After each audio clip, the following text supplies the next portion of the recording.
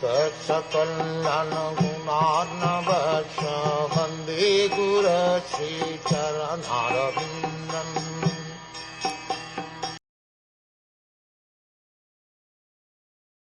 Please tell me whether the best friend of the Kurus, our brother-in-law Vasudeva, is doing well.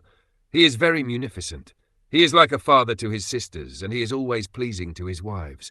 Lord Krishna's father, Vasudeva, had 16 wives, and one of them, named Pauravi or Rohini, the mother of Baldev, was the sister of Vidur. Vasudeva, therefore, was the husband of Vidur's sister, and thus they were brothers-in-law. Vasudev's sister Kunti was the wife of Pandu, Vidur's elder brother, and in that sense also, Vasudeva was brother-in-law to Vidur.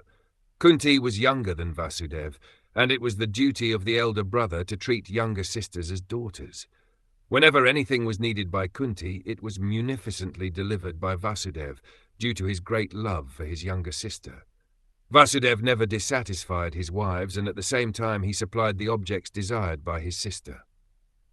He had special attention for Kunti because she became a widow at an early age.